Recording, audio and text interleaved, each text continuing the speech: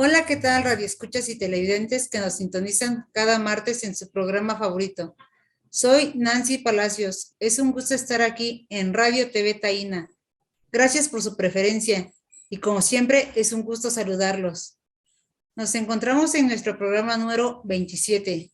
Les enviamos saludos desde Radio TV Taína. Tenemos varios ponentes. Nos acompaña Luz Angélica Dueñas Checa. Ella es doctora en Desarrollo Rural, integrante del colectivo Colombianos en México por la Paz de Colombia, Colpaz. ¿Cuál es el resultado de las elecciones en Colombia?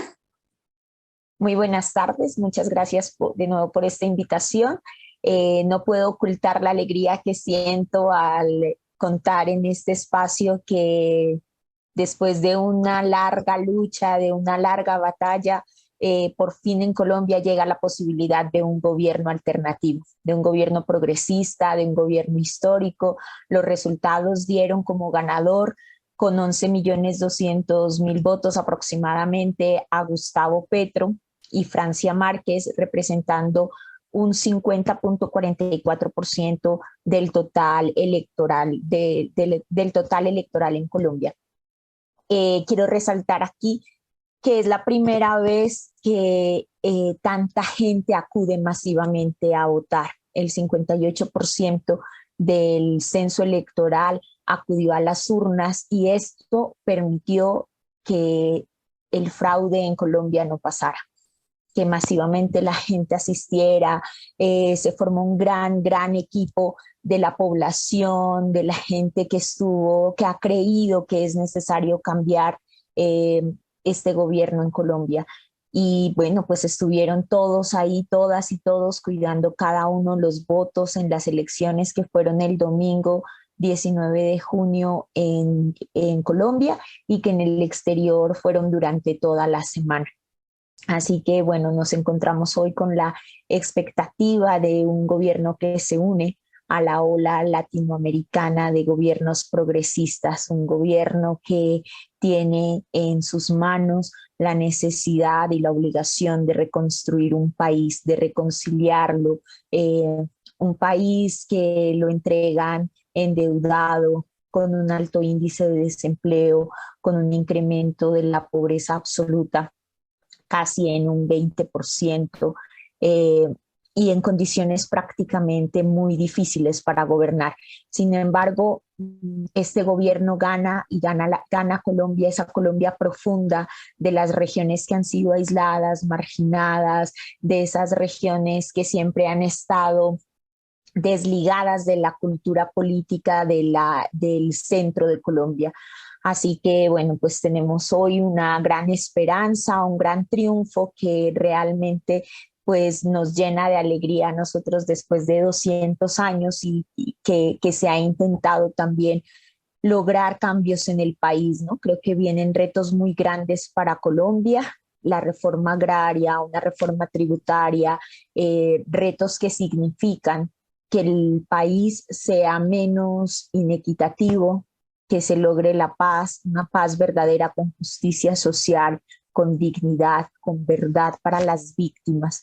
Entonces, bueno, pues felices de haber apostado a un proyecto que tiene en su centro la obligación de responderle al pueblo colombiano.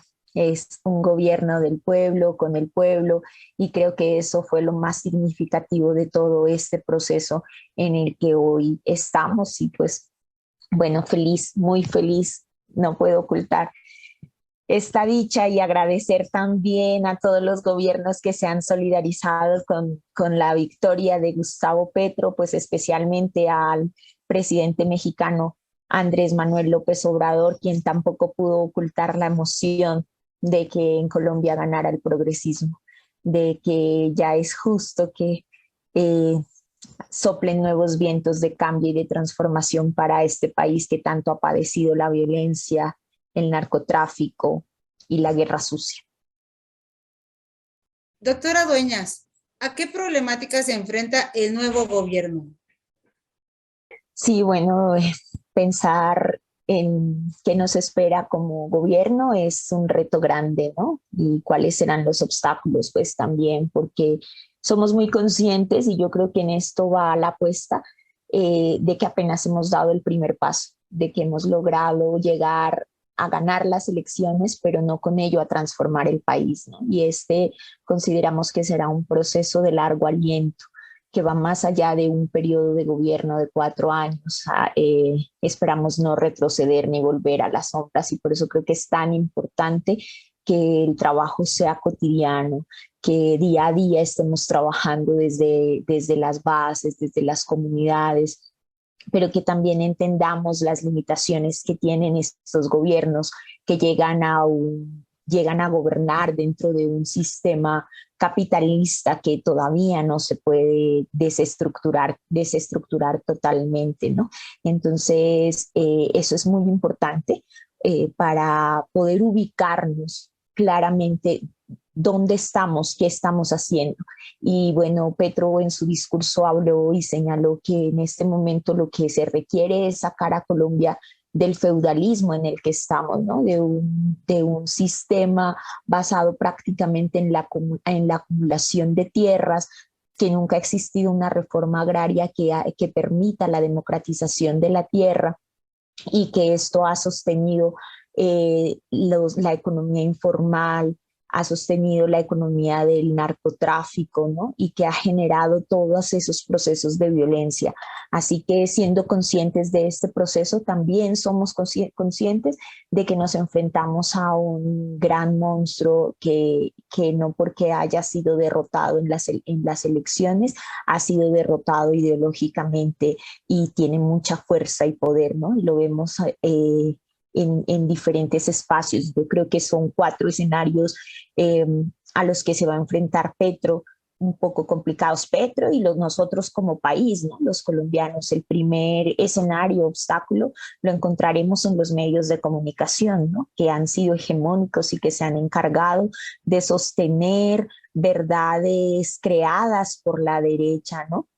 Que se han encargado de hacer tendencias y debilitar y manipular a la gente a través de sentimientos como el miedo, el odio, y que eso no les permita creer que es posible transformar a un país, ¿no? Entonces, esos medios hegemónicos de comunicación todavía tienen el control en Colombia, tienen mucho poder porque además son mayoritarios. El segundo el segundo elemento, obstáculo en el que Petro tiene que trabajar es el tema militar. Es muy complicado en Colombia. México no tiene ninguna tradición golpista, sin embargo, Colombia sí. Tenemos un ejército prácticamente que en su esencia ha sido formado por los Estados Unidos con la política de seguridad democrática y con esa política antisubversiva, ¿no? Entonces tenemos un Estado y un ejército que tiene muchas posibilidades y condiciones de dar golpes de Estado. Así que debemos estar alertas. Junto a la oligarquía colombiana podrían programar un golpe de Estado. Así que yo creo que ahí tendrán que ser inteligentes y dar un manejo que logre un poco equilibrar ese panorama con las fuerzas militares, ¿no? Trabajar ideológicamente por una reestructuración que permita recuperar los ideales bolivarianos y que las armas de estos ejércitos jamás se vuelvan contra los pueblos, contra el pueblo mismo, ¿no? Ese es el segundo obstáculo. El tercer obstáculo es el económico. Es para todos, pues indudable que los poderes económicos sentirán gran presión, no solo por el pago de tributos que tengan que hacer para la nueva reforma tributaria que está planeando el gobierno, del pacto histórico con el cual se pretenden resolver los problemas tanto fiscales, del hueco fiscal que deja este gobierno, como del gasto social que se pretende ampliar en este gobierno. Así que los poderes económicos, pues efectivamente van a estar ahí tramando muchas estrategias para tratar de desestabilizar a este gobierno, ¿no? Los grandes poderes económicos, porque digamos que las pequeñas y medianas empresas y en las regiones, muchos de los empresarios saben que lo que se necesita es igualdad, es justicia y generar condiciones reales para que las pequeñas y medianas empresas también tengan oportunidades, ¿no? Porque aunque son estas las que sostienen en realidad la economía del país, quienes son los más beneficiados, pues son las pequeñas, las grandes empresas, que son muy pocas. Entonces, yo creo que el sector financiero, los bancos, a quienes se les va a quitar sus privilegios, son los que van a también tratar de sabotear las posibilidades de lograr reformas y cambios estructurales, ¿no? Ese es el otro tema que se tendrá que enfrentar ahí. Y el cuarto elemento, pues y no por ello el menos importante, es el político. Va a gobernar con una oposición fuerte, no alcanzó en el Senado la mayoría para que todas sus reformas pasen, así que tendrá que hacer alianzas y diálogos, pero efectivamente tiene una oposición fuerte en el Senado, en el Congreso, que harán todo lo posible porque las reformas necesarias y estructurales que necesitamos en Colombia para dar ese gran paso, esa transición hacia un Estado moderno, se desarrolle y se lleve a cabo. Así que pues estos son como los cuatro elementos o los cuatro obstáculos que a mi modo de ver serán a los que se va a enfrentar este nuevo gobierno progresista. Agradecemos a la doctora Angélica Dueñas por su participación. Ahora presentamos la segunda parte del informe de la Comisión de la Verdad, leído por Belén León. Muchas gracias. El día de hoy vamos a continuar con la segunda parte del informe de la Comisión de la Verdad.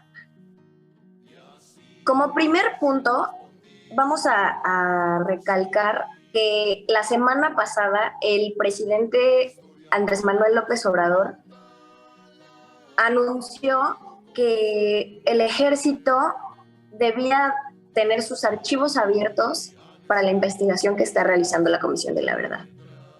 Como resultado del trabajo realizado por la Comisión de la Verdad, se obtuvieron 409 testimonios. Se encontraron 239 casos de desaparición forzada, 209 casos de desaparición forzada transitoria, así como 90 casos de desaparición forzada en la que no se contó con el testimonio directo de los familiares. 24 casos de ejecuciones sumarias. Dentro de los desaparecidos se encuentran al menos 4 profesores de primaria y 20 alumnos universitarios. Producto de las entrevistas con los sobrevivientes y del apoyo del pueblo y sus autoridades de las entidades correspondientes, se lograron exhumar los restos de 2 combatientes guerrilleros, de Lucio Cabañas, Eliseo Flores Vázquez y Martín Nario Organes, caídos en combate. Hasta hoy, cuando ya quedan pocos sobrevivientes, aún no se ha hecho justicia. No ha habido reparación del daño a los familiares de las víctimas. Siguen sin reconocerse lo que en ese entonces aconteció. Los perpetradores caminan por las calles impunemente. Como se puede constatar, hace más de 50 años, en este país estaba prohibido soñar. Era delito pensar que podía construirse una sociedad más justa e igualitaria. El lema, haz patria, mata a un comunista, consigna pegada en los muros de la Universidad de Guadalajara. Fue la pauta de comportamiento del sistema gubernamental imperante a todos sus niveles. Aquel que pensara de manera diferente a lo establecido se colocaba en la mira del poder, que ponía el dedo en el gatillo. La muerte de los robavacas, maleantes, terroristas, comunistas. Fue el destino que el sistema impuso para tratar de evitar el contagio de las ideas subversivas, antidemócratas, antirreligiosas, extranjerizantes, ajena a nuestra idiosincrasia. Los derechos humanos, las libertades fundamentales y el Estado de Derecho en varias regiones del Estado y del país fueron letra muerta. Habitantes de comunidades enteras, algunos sin participación en el conflicto, sufrieron tratos inhumanos y degradantes, tortura y asesinato. Los perpetradores que aún viven de tales execrables delitos, dentro de ellos Luis Echeverría Álvarez, el único facultado para permitir todo lo acontecido, gozaron y siguen gozando de total impunidad. Las heridas provocadas no han cerrado. Aún duele la cicatriz que el tiempo ha producido. El argumento esgrimido por los perpetradores para justificar sus acciones fue lo que Maquiavelo denominó razón de Estado, o lo que se denominó doctrina de la seguridad nacional, es decir, la supervivencia de un Estado es superior a los valores individuales o colectivos, y por esa supervivencia está permitido todo, incluso matar, y eso fue lo que se hizo.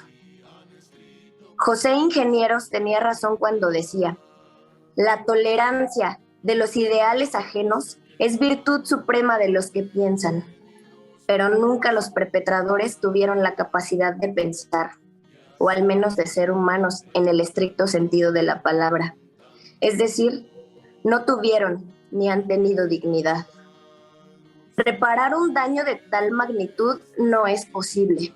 La muerte injusta de cualquier ser humano que lucha por sus ideales es deslenable, porque no solo se le hace daño al que muere, sino a todos los seres cercanos a él, a la sociedad y en su conjunto, que pudiera estar o no de acuerdo con los pensamientos de la víctima, la cual al menos no duda en ofrecer su vida por sus sueños y sus ideales, y esto es parte de lo que nos hace diferentes a los otros animales.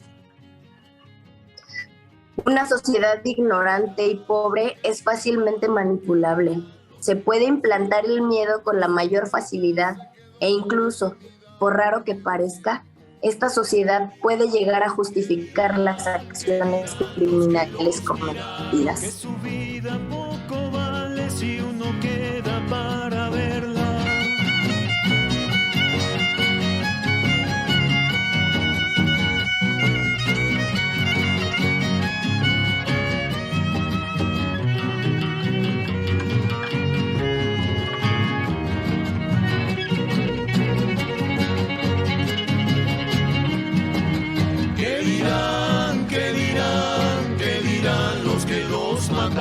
En sus ricos aposentos que esta muerte es necesaria. ¿Qué dirán, qué dirán, qué dirán los que los miraron? Que su muerte no ha lavado las conciencias detenidas.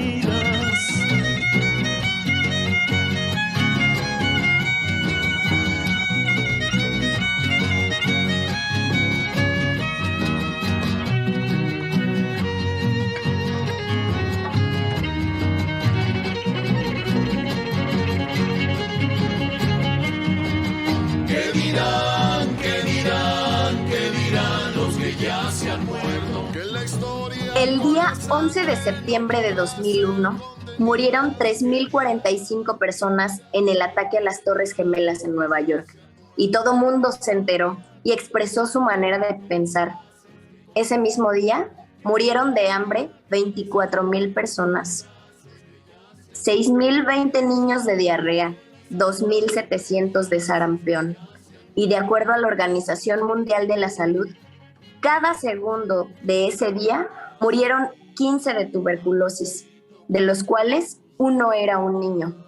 Es decir, en ese día murieron de tuberculosis 54.000 seres humanos y prácticamente nadie se enteró. No quiso enterarse o poco le importó. A esto se le ha denominado indiferencia moral o quizás indiferencia social ante la dignidad humana. Esto se intentó que pasara en la mal llamada Guerra Sucia. Y precisamente en este acto intenta mantener viva la historia de aquellos que murieron, muchos de los cuales sin enterarse el porqué de ello.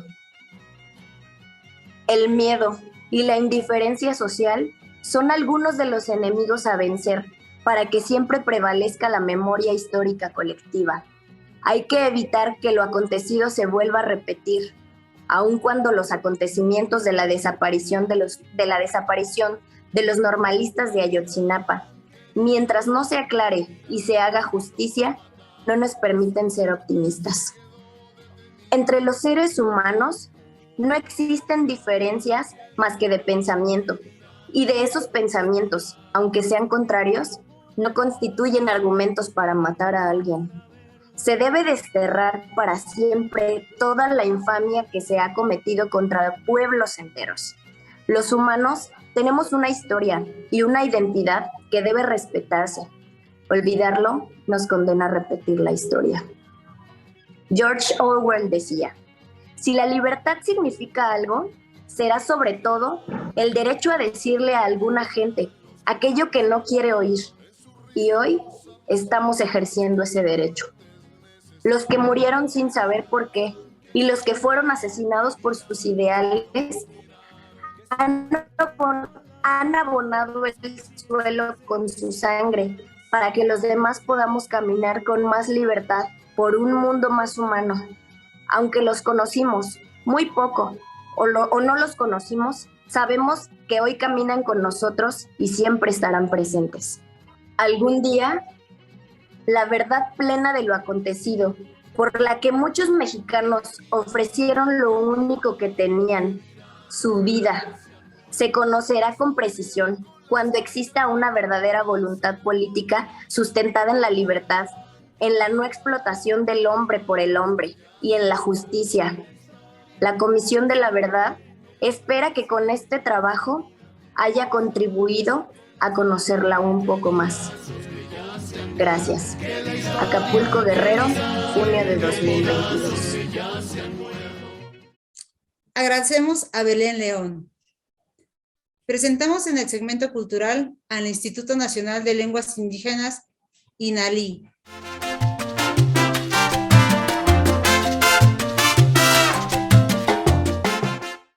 Nos acompaña Iván León Javier, director de Políticas Lingüísticas del INALI.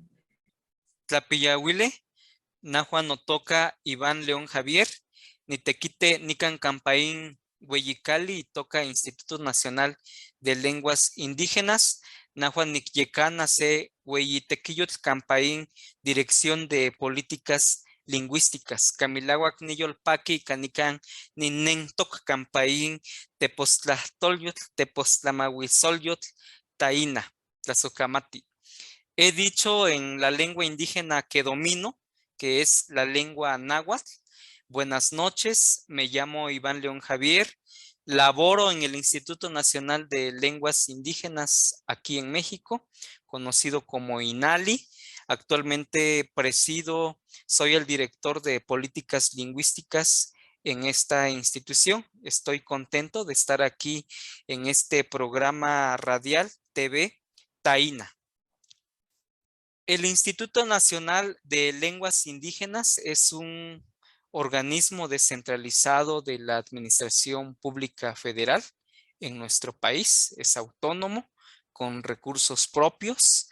Es un instituto que se creó en el 2005, derivado de la publicación de la Ley General de Derechos Lingüísticos en el 2003, pero que también tiene su antecedente en el 2001, cuando en México por primera vez se establece en su Carta Magna el reconocimiento de nuestro país como una nación pluricultural. Pero también quisiera agregar que su antecedente va mucho más atrás de los movimientos de los diversos pueblos indígenas que han venido luchando, reivindicándose y posicionando en la agenda nacional sus temas prioritarios. Entonces, derivado de muchos movimientos sociales de los pueblos indígenas, se creó el instituto y su importancia radica en que tiene como objetivo promover el fortalecimiento, la preservación, el desarrollo de las 68 lenguas indígenas nacionales en nuestro país. Se coordina con los pueblos indígenas, acompaña los procesos comunitarios para impulsar diversos mecanismos, estrategias y acciones de base comunitaria para que los mismos pueblos tomen, decidan el destino de sus lenguas, para que prioricen sus necesidades y junto con el INALI se puedan detonar procesos de fortalecimiento y desarrollo de estas lenguas indígenas nacionales. Por eso, la importancia de velar por la diversidad lingüística va más allá de que cada lengua representa un mundo distinto. Cuando un instituto como el INALI promueve la diversidad lingüística, estamos hablando también de reconocer y garantizar derechos humanos. Estos derechos humanos se sintetizan también en la Ley General de Derechos Lingüísticos, de que los pueblos indígenas puedan usar sus lenguas sin discriminación alguna, tanto en ámbitos públicos como privados, de que puedan ellos a través de su soberanía lingüística y autodeterminación lingüística impulsar procesos para decidir sobre el rumbo de sus lenguas indígenas.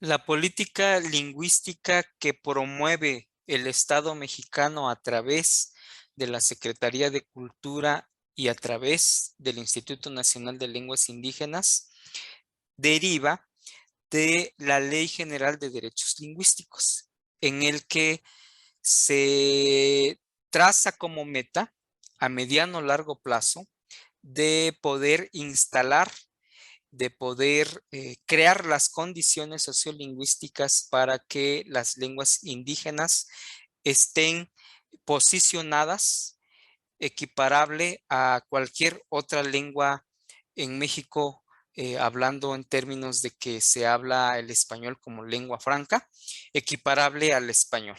Y equiparable también pensando más allá a nivel internacional a cualquier lengua del mundo, porque las lenguas nacionales son sistemas, medios de comunicación funcionales, son lenguas indígenas contemporáneas, se les ha llamado dialectos por cuestiones despectivas, pero lingüísticamente hablando son lenguas, son idiomas, igual que cualquier otra lengua del mundo. Entonces se trata de impulsar políticas lingüísticas de base comunitaria. De ahí que es importante también señalar que el INALI promueve políticas a través de procesos de planificación lingüística comunitaria. La planificación lingüística comunitaria es una estrategia, es una herramienta donde los mismos pueblos, a través de sus organizaciones, representantes y colectivos, se organizan para planear y poder implementar con el apoyo de las instituciones del gobierno sus proyectos, acciones, considerando sus necesidades propias de cada región o de cada zona lingüística, dependiendo si la lengua indígena está en riesgo. Los mismos pueblos están ahí posicionando proyectos de revitalización. Si las lenguas están relativamente vitales, que no están en riesgo, pero que todavía se hablan y se transmiten, se impulsan proyectos y planificaciones lingüísticas para desarrollar las lenguas. Entonces, básicamente son dos formas de atención muy generales para revitalizar aquellas lenguas que están en riesgo y para desarrollar las lenguas que están relativamente vitales. Pero sabemos que todas las lenguas indígenas nacionales en México están en peligro y esto de acuerdo con la UNESCO, que a nivel mundial ha alertado, y por eso se está impulsando a nivel mundial el decenio 2022-2032 para sensibilizarnos en todo el mundo y poder alertarnos, concientizarnos de que las lenguas indígenas están en riesgo a nivel mundial. Entonces, si pensamos que en todo el mundo se hablan más de 6,000 lenguas, entonces la mayoría de estas lenguas está en riesgo. Entonces, tenemos que cambiar nuestras ideologías como personas y implementar políticas lingüísticas en todos los países que velen por estas distintas formas de ver el mundo, de pensar, de comunicarnos. Gracias.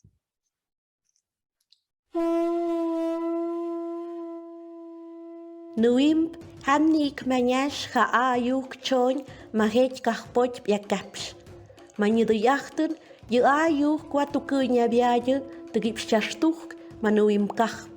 Te gipschuktuk ayuk het stuk amaran tukuy akzovatep. Matimcham tam mugoipsha ipsturuk miyong hanuim khai namuk.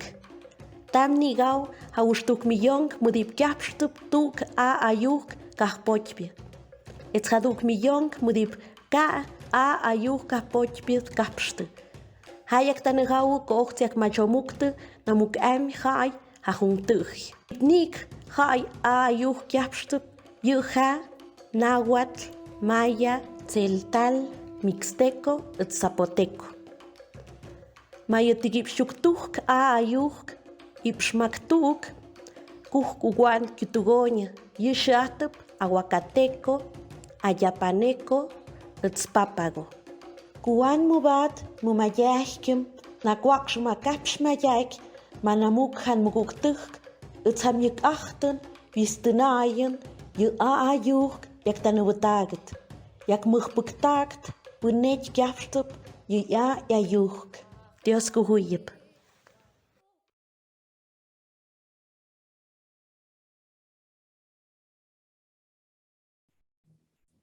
Agradezco a Iván León. A continuación, les presentamos un diálogo entre el licenciado en Derecho José Luis Fernández Pagán. Él es de Puerto Rico.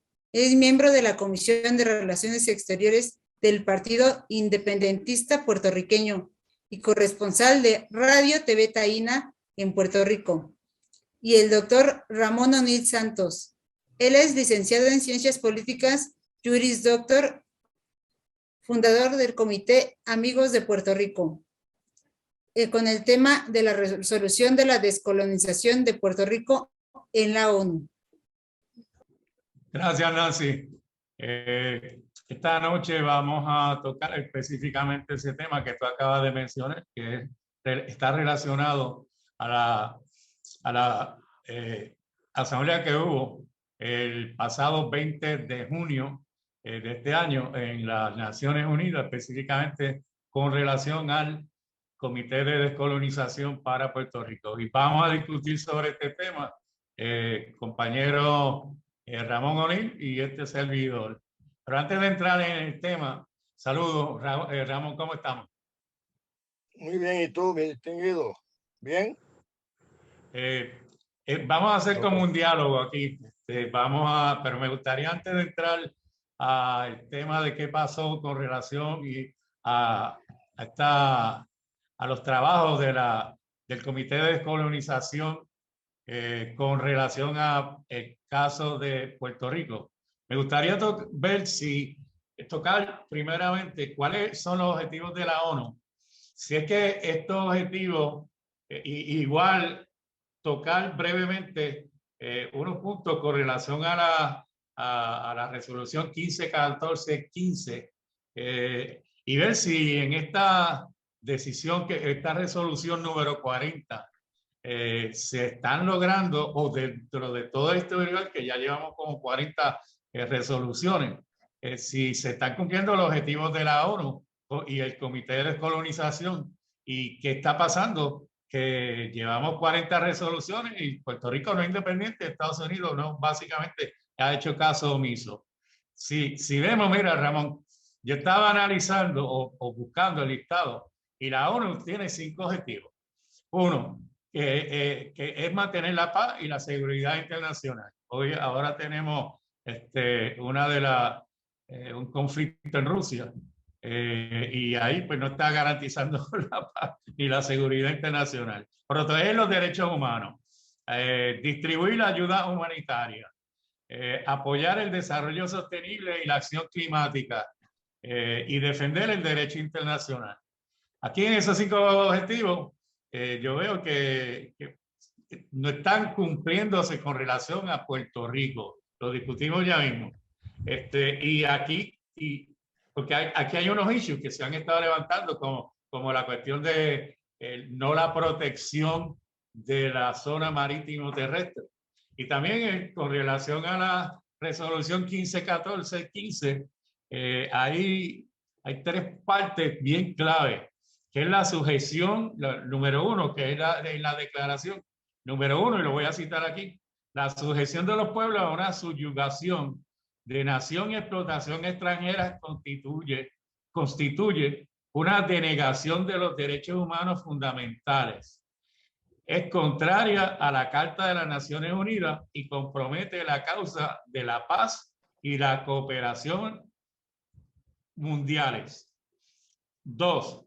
Todos los pueblos tienen el derecho de libre determinación. En virtud de este derecho, determinar libremente su condición política y perseguir libremente su desarrollo económico, social y cultural.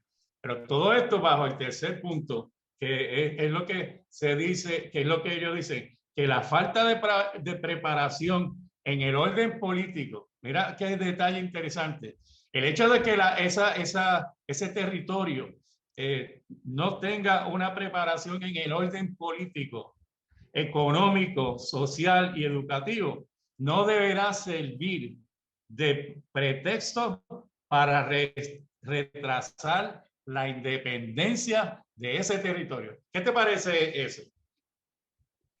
Todo lo que tú has dicho y has leído es cierto, estás correcto.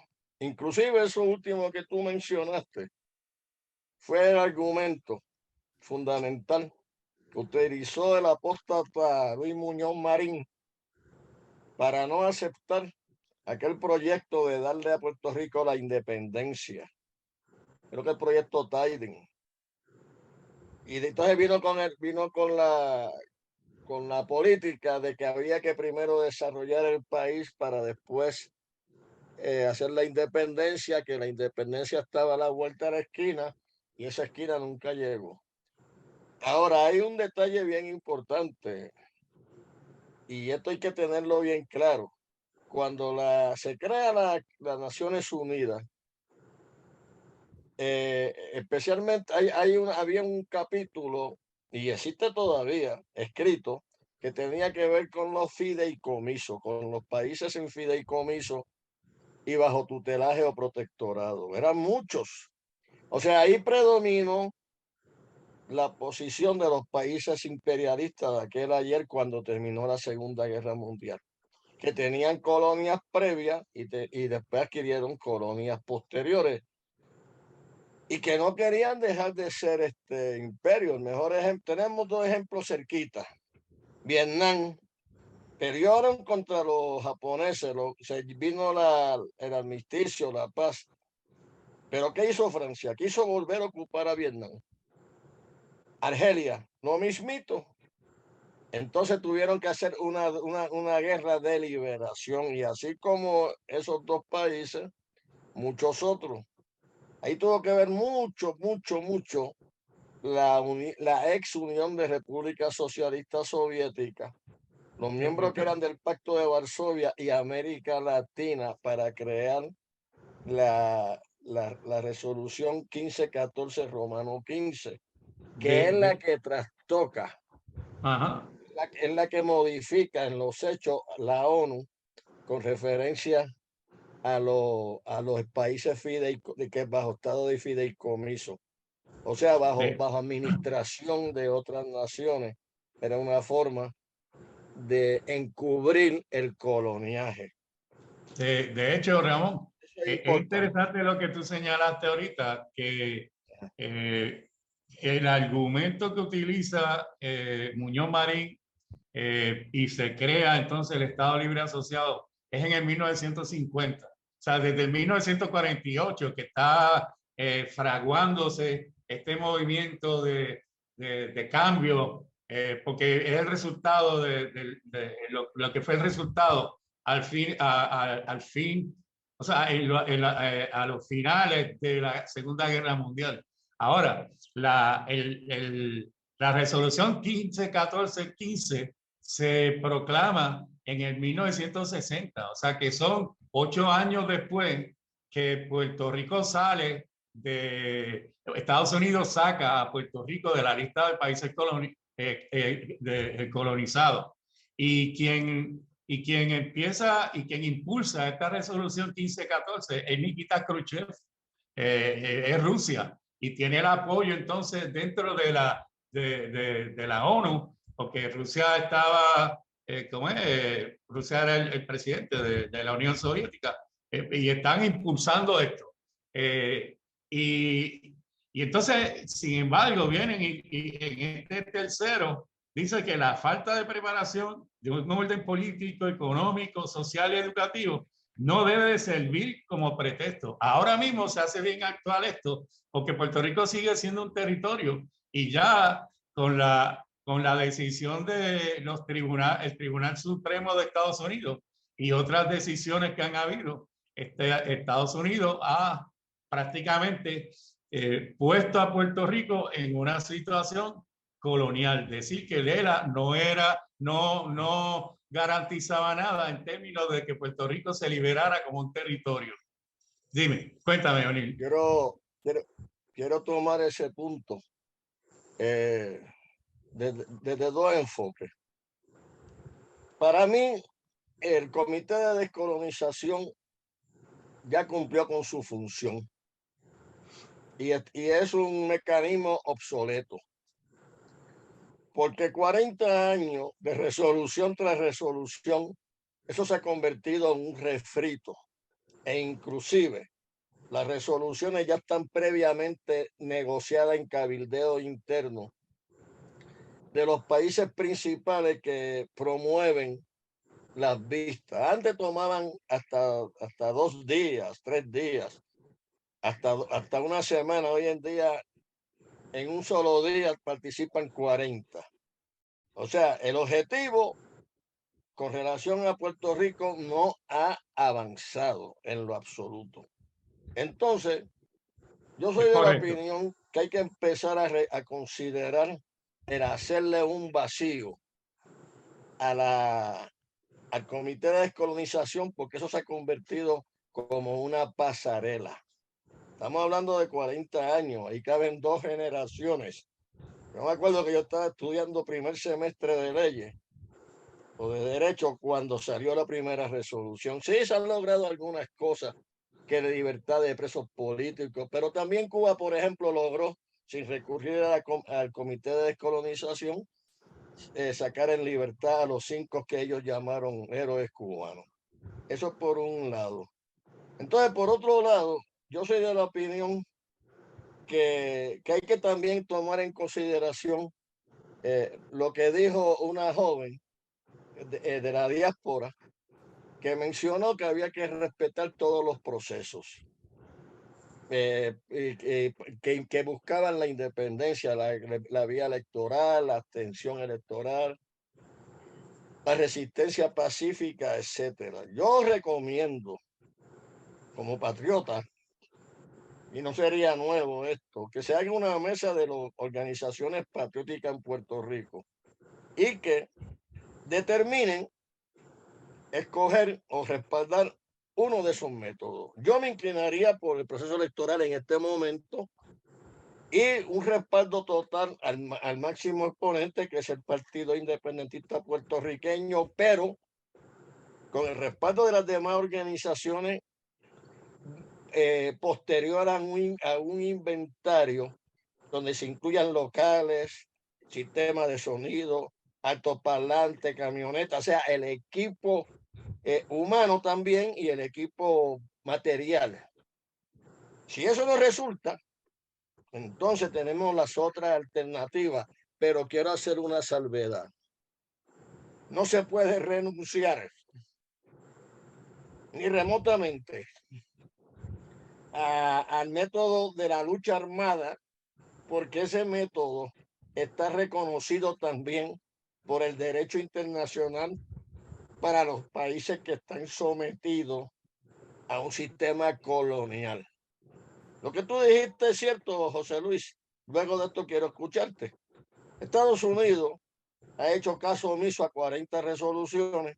Cuba, que es la que dirige, vamos a decir, la orquesta del Comité de Descolonización, debe de reconsiderar su posición, porque Estados Unidos, al ignorar todas estas resolutivos o resoluciones, lo que se ha convertido es en un estado delincuente internacional y añadiéndole también terrorista. Te escucho, mi distinguido.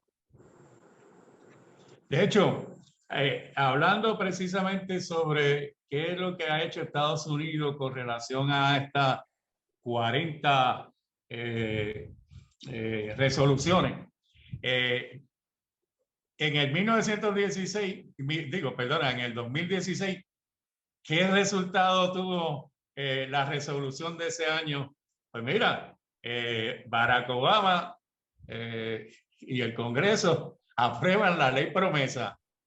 O sea, en vez de empezar un proceso de independencia, de autodeterminación, de fomentarlo, que eso es lo que las resoluciones le están diciendo a los Estados Unidos y al Congreso, están diciendo, miren, comiencen ese proceso, empiecen allí. Entonces, los Estados Unidos, cada vez que ha habido un plebiscito para lograr Puerto Rico establecer cuál sería el estatus que quiere tener, pues mira, no lo reconoce y dice, mira, eso no es vinculante, ese es el número uno, no respeta tampoco el que el pueblo pueda determinar y decidir, sea bueno ese plebiscito, esté amañado, lo que sea, pero es algo que está el pueblo levantando y haciendo. Claro, con un gobierno colonial que va a controlar las urnas, va a controlar los votos, va a controlar la mente, porque no está educando al pueblo, que eso es lo importante. Lo que está haciendo es fomentando una ideología política anexionista o colonialista. Y entonces enmudeciendo a las voces independentistas que lo que ha hecho es pues, fraccionarlas prácticamente. Pero sin embargo seguimos en la lucha. Y entonces en el 2016 el presidente de los Estados Unidos, ante la crisis que hay de presupuesto, de los fondos, de las emisiones de bonos y todo eso, pues Wall Street se le trepa encima, a los accionistas, los bonistas se le trepan encima y entonces lo que crea es la ley promesa y nos pone un gobierno, la Junta de Control Fiscal. ¿Y qué es lo que significa la Junta de Control Fiscal? Básicamente, es volvernos, o sea, escoger el Estado Libre Asociado, destrozarlo y volvernos a la ley Jones.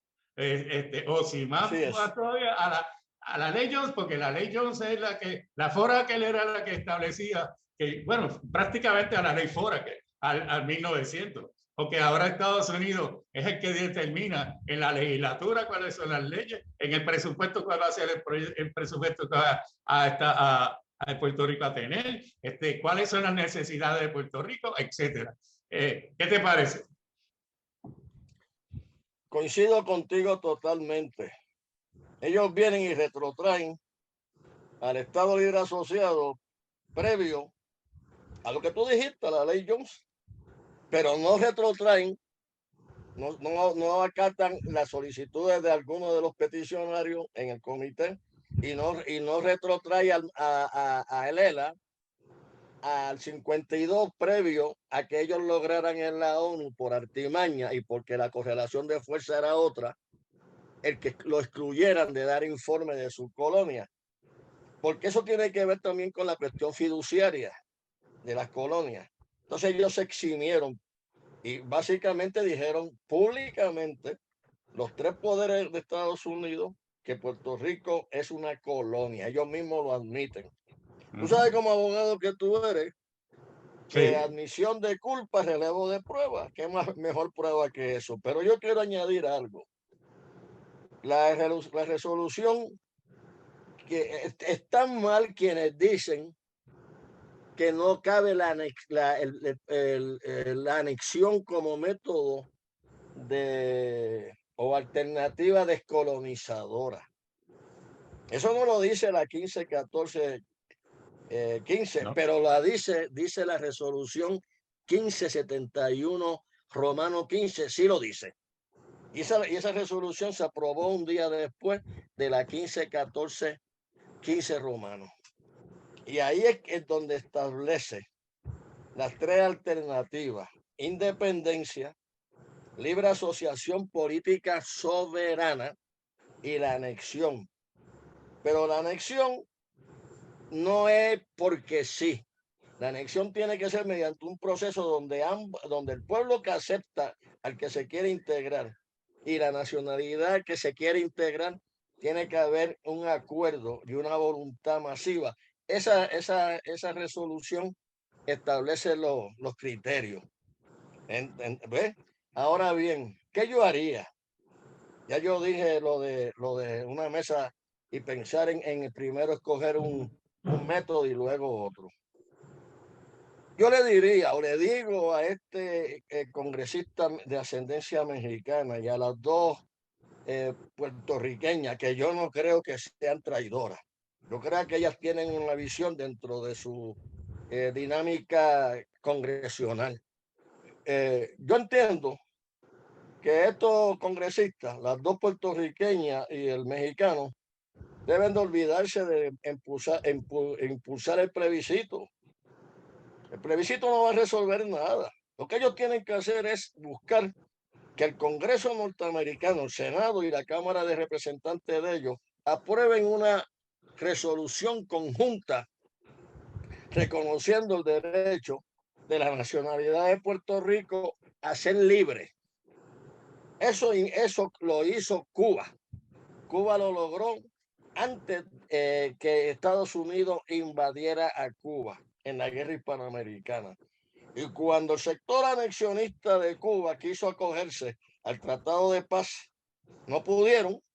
¿Por qué? Porque el puertorriqueño Juan Río Rivera, general procedente de Mayagüez, le dijo, no, Cuba no se tiene que regir por el Tratado de Paz de París, cuando se tiene que regir es por la resolución conjunta de Estados Unidos, donde reconoció el derecho de Cuba a ser libre, pues que trabajen para eso. Por otro lado, yo soy de la opinión que los patriotas puertorriqueños deben considerar seriamente hacer una asamblea, un tipo de congreso, los que vayan, pero que haya convocatoria, y declaren la tercera república de Puerto Rico.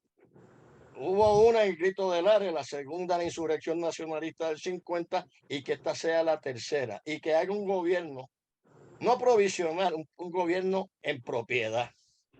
Previamente tienen que prepararse, hacer acopio de muchas cosas para resistir lo que le viene.